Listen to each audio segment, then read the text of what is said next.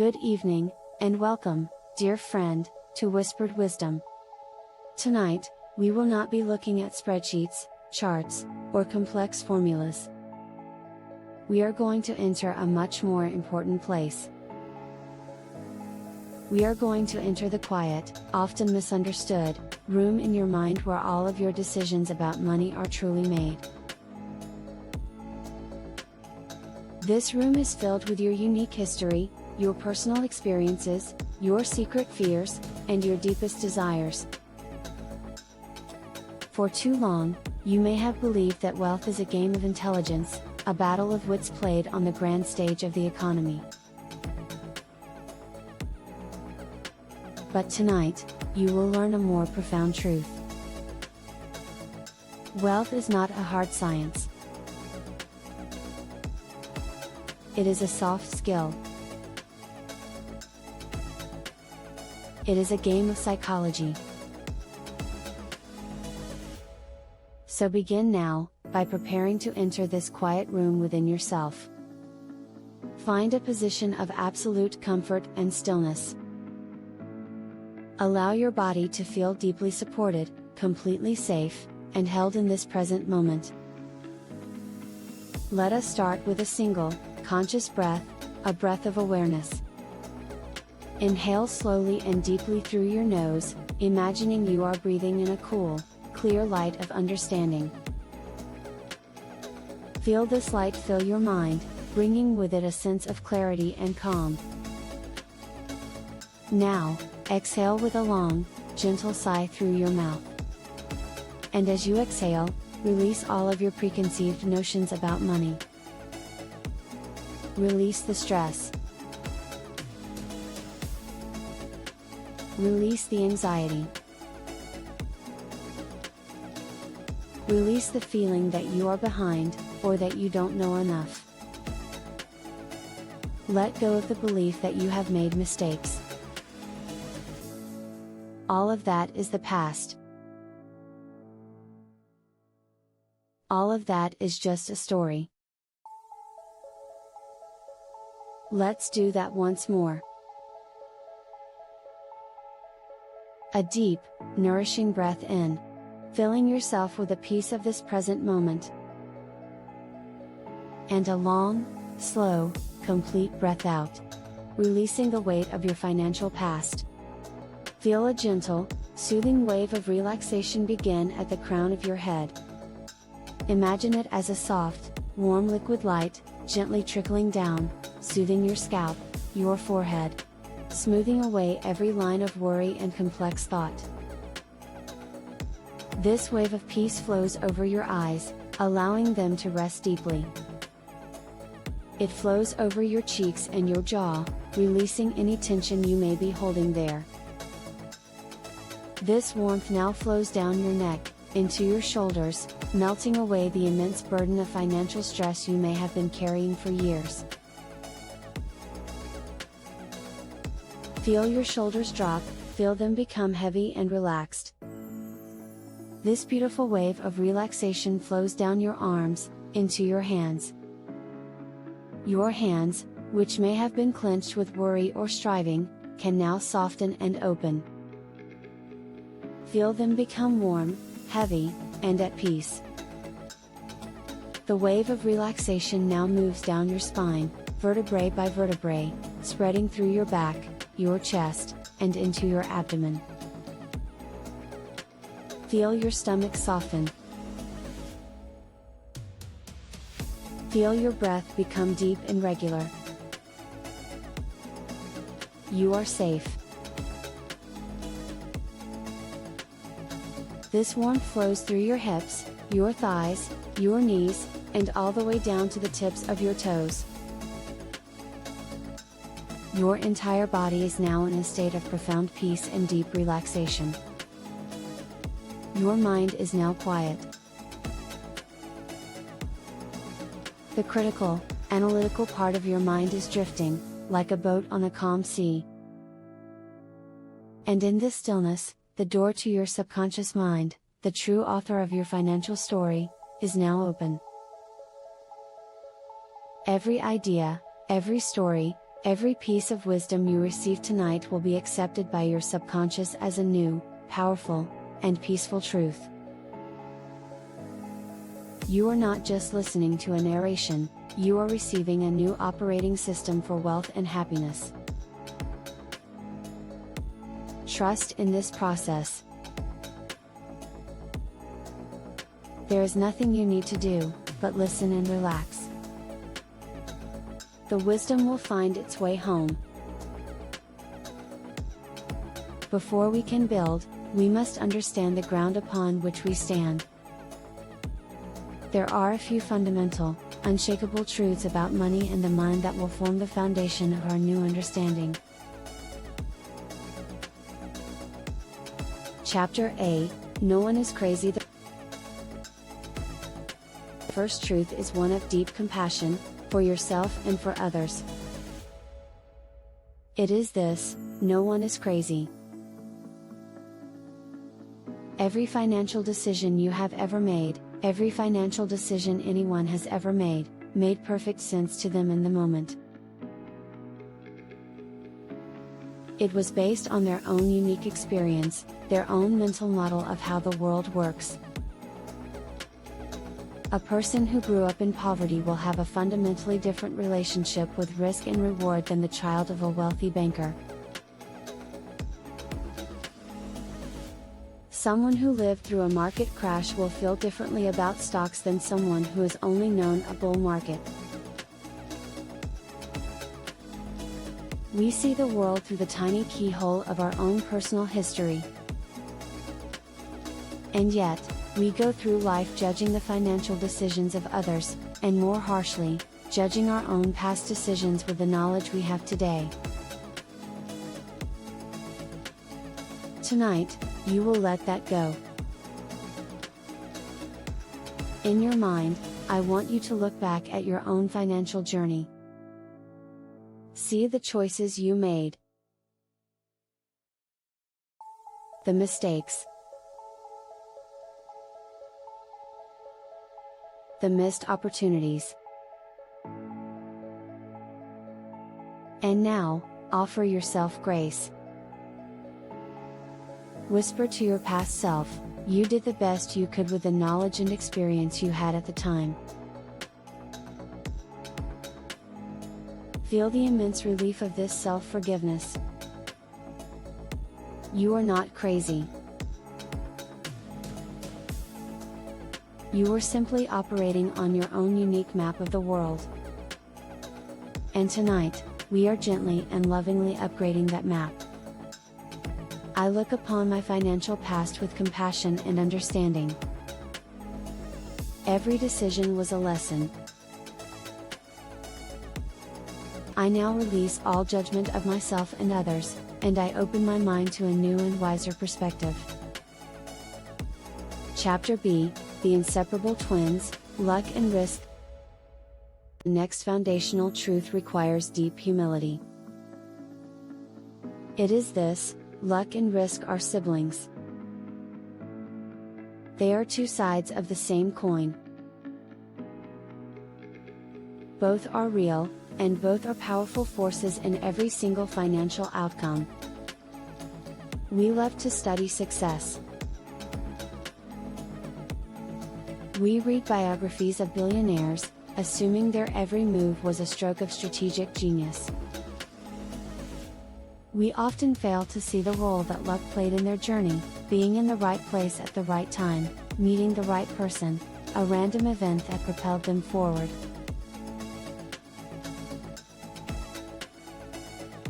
At the same time, we love to judge failure. We assume that those who failed did so because of poor decisions or lack of effort. We fail to see the role that risk played: a sudden market shift, a health crisis, an unpredictable event that pulled the rug out from under them. Recognizing the power of luck and risk does not mean your efforts don't matter. They matter immensely. But it means you must hold your outcomes with a lighter grip. When you succeed, you can look upon your success with gratitude and a touch of humility, knowing that luck was a silent partner in your venture. This prevents hubris. It prevents you from believing you are invincible, which is the first step toward ruin. When you fail, or when you see others fail, you can look upon the situation with compassion, knowing that the destructive sibling, risk, may have played a hand. This prevents despair. It prevents you from believing you are worthless, which can paralyze you from trying again. So, as you drift deeper, embrace this beautiful balance. Focus less on specific individuals and more on broad patterns. Understand that success is not always due to skill, and failure is not always due to error. This understanding will give you a profound sense of peace and resilience. I do my best and work with integrity, while humbly acknowledging the roles of luck and risk. I celebrate my successes with gratitude and view my setbacks as lessons, not as judgments of my worth. My focus is on the process, not the ego of the outcome. With a foundation of compassion and humility, we can now explore the practical art of wealth. This art has two distinct, and equally important, skills: getting wealthy, and staying wealthy. Chapter 100, The Unseen Force, The Miracle of Compounding. Getting wealthy relies on understanding one of the most powerful, yet most underestimated, forces in the universe: compounding. Albert Einstein is said to have called it the eighth wonder of the world. Compounding is simply growth on top of growth. It seems slow and boring at first, almost unnoticeable. But over a long period of time, its results are not just powerful, they are mind-bending. Consider the story of Warren Buffett. He is considered one of the greatest investors of all time. But his true secret is not just that he is a good investor. It is that he has been a good investor for an extraordinarily long time. He started investing as a child. The vast majority of his net worth was accumulated after his 65th birthday. His skill is investing, but his secret is time. Imagine now, a tiny snowball at the top of a very long, snowy hill. You give it a small push. It rolls, and at first, it barely grows. It picks up a few flakes of snow. It is completely unimpressive. This is the first 5 or 10 years of saving and investing. Many people get discouraged here and stop pushing. But you don't. You understand the law. You keep letting it roll. As it travels further down the hill, it gathers more snow, faster. The bigger it gets, the more snow it attracts with each rotation. After a long, long time, that tiny snowball becomes an unstoppable avalanche of wealth. But the magic did not happen at the end. The magic was in the patience at the beginning. The magic was in the length of the hill. Your job is not to produce heroic, short-term results. Your job is to create a good, consistent savings rate and let it work, uninterrupted, for the longest possible period of time. You must give your wealth the one thing it needs to perform miracles: time. I am patient. I respect the power of time. My wealth is a snowball on a very long hill. I am not focused on quick results, but on a lifetime of consistent, peaceful accumulation. I allow compounding to do its magnificent work. Chapter D, the underrated skill, the art of staying wealthy. Getting money is one thing. Keeping it is another. And they are two entirely different skills. Getting money requires taking risks, being optimistic, and putting yourself out there. Staying wealthy requires the opposite. It requires humility, paranoia, and a deep fear of losing what you have created. History is filled with stories of people who were brilliant at getting money and terrible at keeping it. They made a fortune, and then, drunk on their own success, they took one risk too many and lost it all. The most important financial skill is survival. You must be able to survive the inevitable ups and downs of the market and of life, so that your compounding is never forced to reset to zero. How do we do this? First, by avoiding ruin at all costs. Never take a risk that could wipe you out. No potential reward is worth that price. Second, by planning, but knowing that plans are often useless. The future is unpredictable. So instead of a rigid plan, we must cultivate financial resilience. We must have a margin for error. We must have what Benjamin Graham called a margin of safety.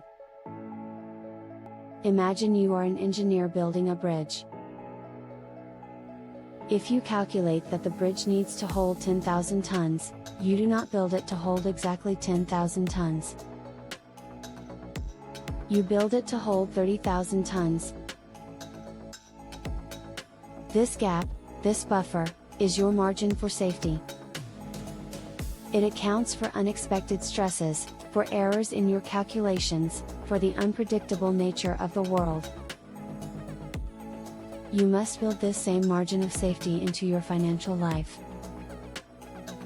Have savings that are not earmarked for a specific goal.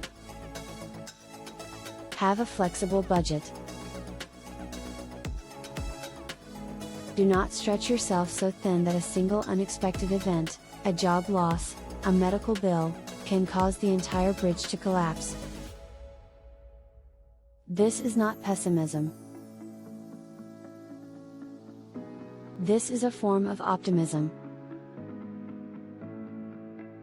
It is the unbreakable optimism that says, I know the future will be full of surprises, and I am so confident in my ability to succeed long term that I will ensure I can survive any short term setback.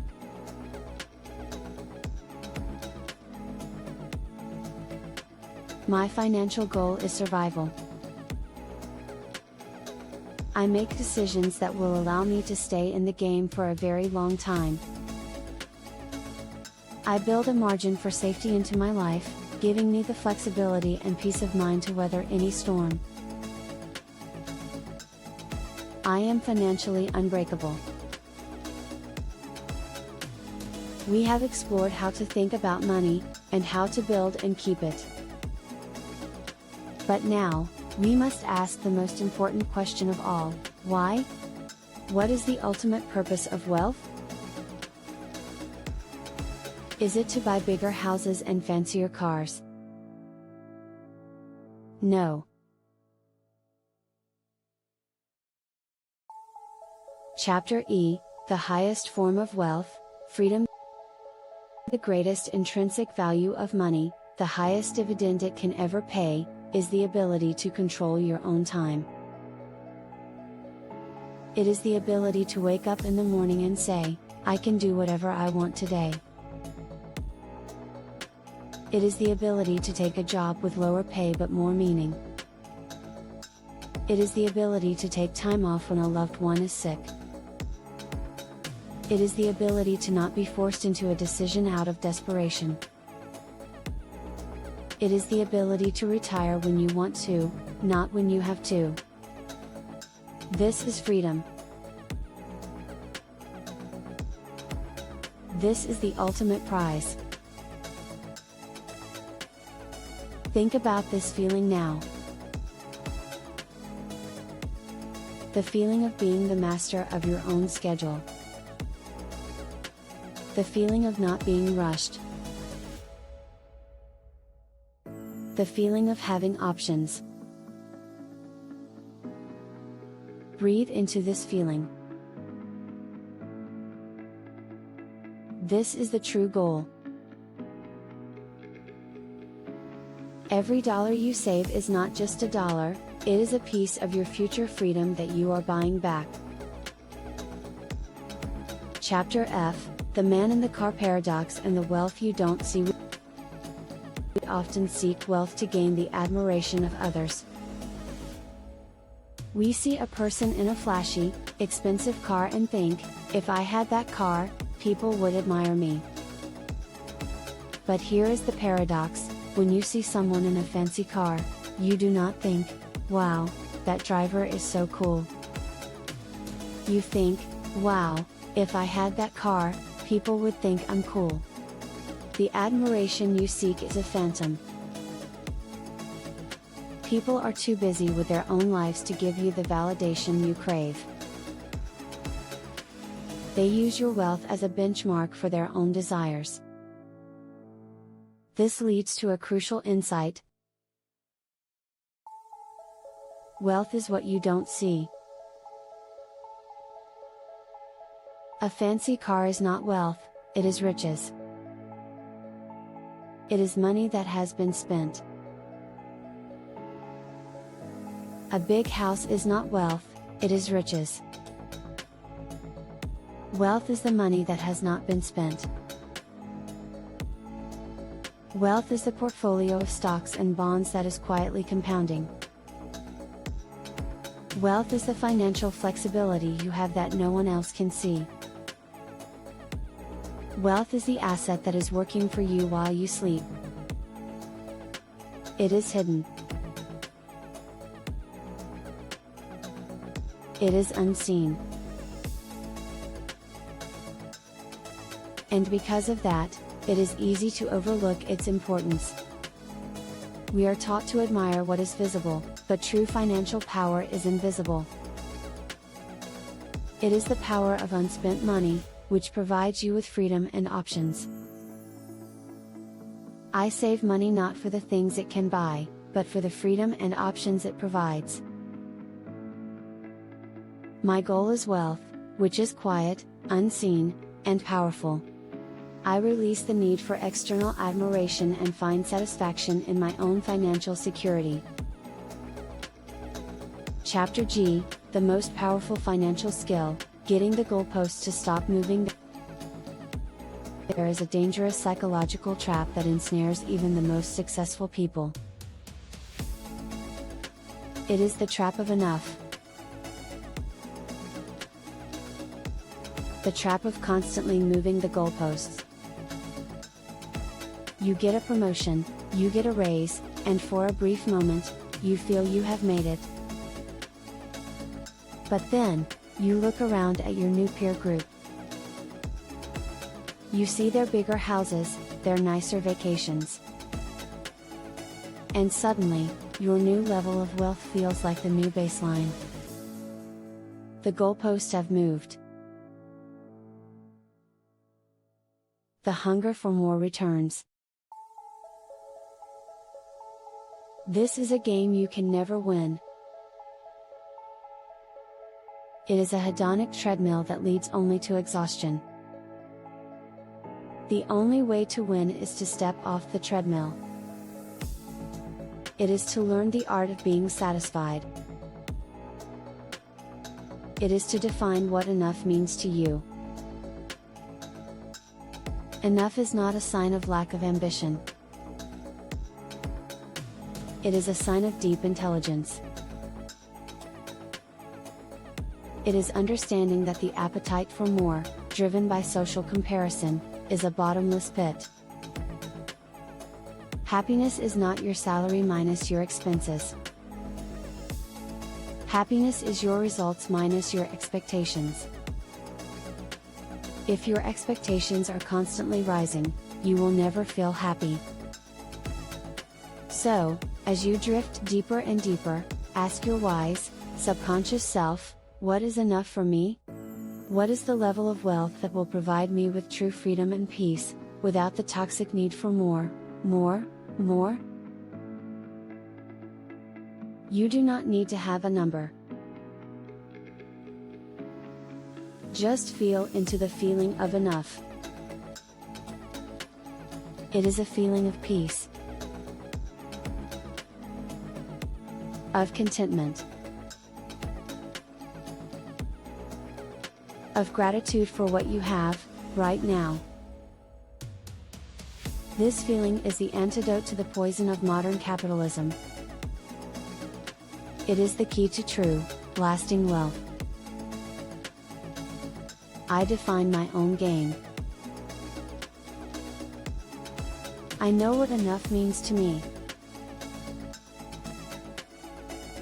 My financial peace is more important than my ego's desire for more. I find joy and gratitude in what I have, while I patiently build the future I desire. You have traveled far tonight. You have walked through the quiet, wise rooms of your own financial mind. You have learned the great, gentle truths that govern a life of peaceful prosperity. No one is crazy. Luck and risk are always present.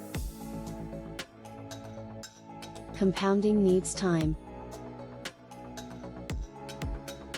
Survival is key. Freedom is the goal.